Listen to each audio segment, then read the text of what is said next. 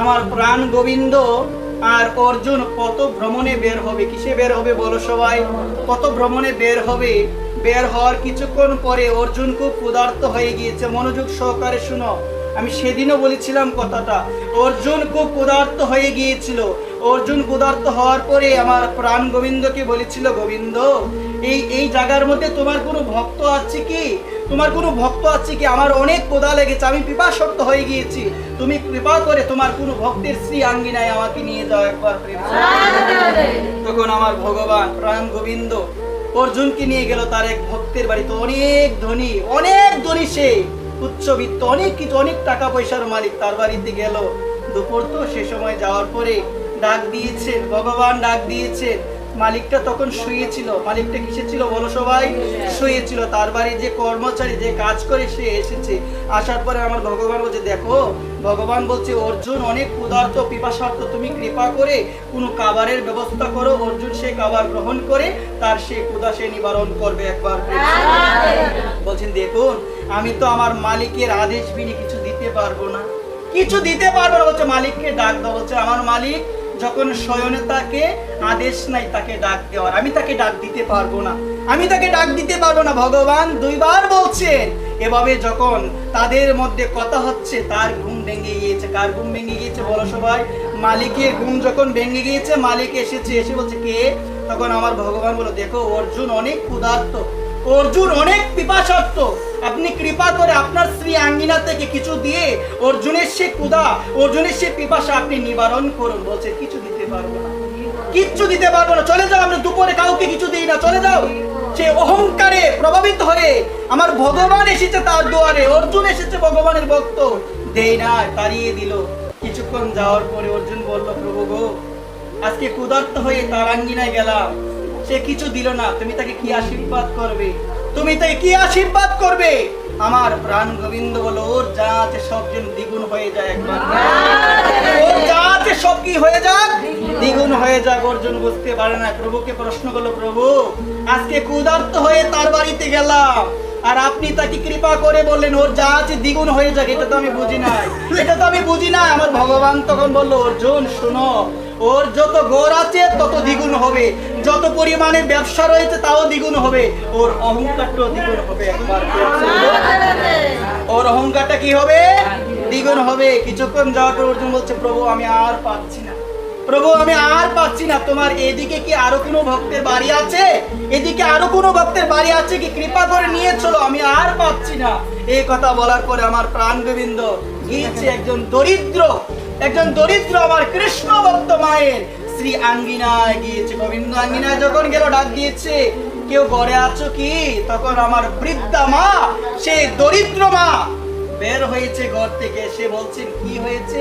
তখন আমার প্রাণ গোবিন্দ বলো, দেখো অর্জুন অনেক তৃষ্ণার্ত, অনেক পিপাসার্ত, আপনি কৃপা করে কিছু দিন।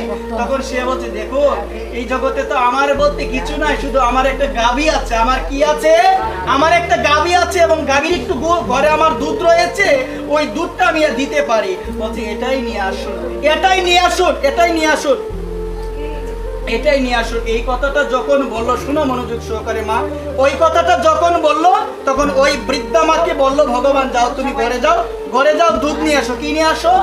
দুধ নিয়ে আসো। তখন বৃদ্ধা মা ঘরে গেল। ঘরে যাওয়ার পরে দুধটুকু জাল দিয়ে কার জন্য নিয়ে আসলো? অর্জুনের জন্য নিয়ে আসলো। অর্জুন কি প্রথমে গ্রহণ করবে গো মা? করবে না। প্রথমে কে গ্রহণ করবে? আমার প্রাণ গোবিন্দ।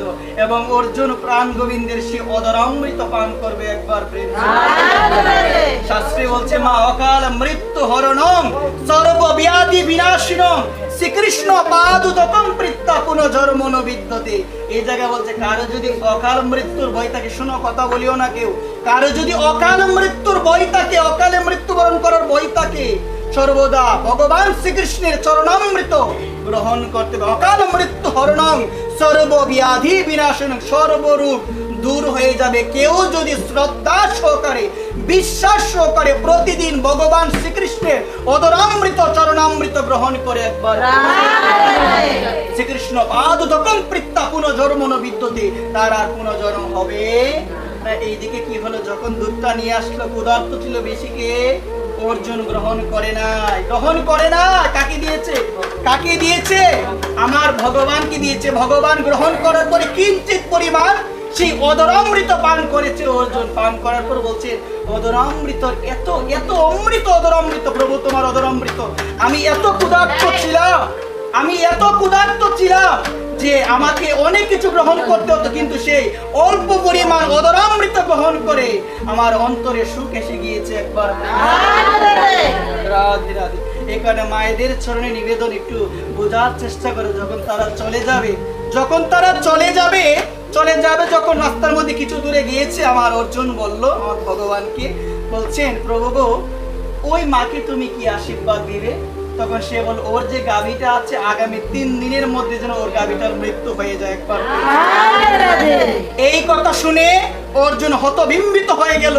সে ভগবানকে বলল, আমি বুঝতে পারি নাই, আমি গিয়েছিলাম ধনী ব্যক্তির বাড়িতে অল্প কিছু পাওয়ার আশায়, কিন্তু সে কোনো কিছু দিল না, তাড়িয়ে দিল অহংকারে প্রভাবিত হয়ে।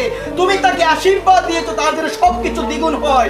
আর ওই বৃদ্ধা মা আমাদের সেবা করিয়েছে, আমাদের তৃষ্ণা, আমাদের পিপাসা নিবারণ করেছে, আর তুমি তাকে আশীর্বাদ করছো ওর গাভীটাও যেন 3 দিনের মধ্যে মৃত্যুবরণ করে। একবার এটা আমি বুঝতে পারি না, এটা আমি বুঝতে পারি নাই।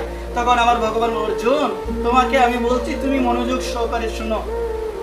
অর্জুন, আমরা প্রথমে যার বাড়িতে গিয়েছিলাম সে আমাদের কোনো কিছু দেয় নাই। কেন দেয় না জানো? তার অহংকারের জন্য দেয় নাই।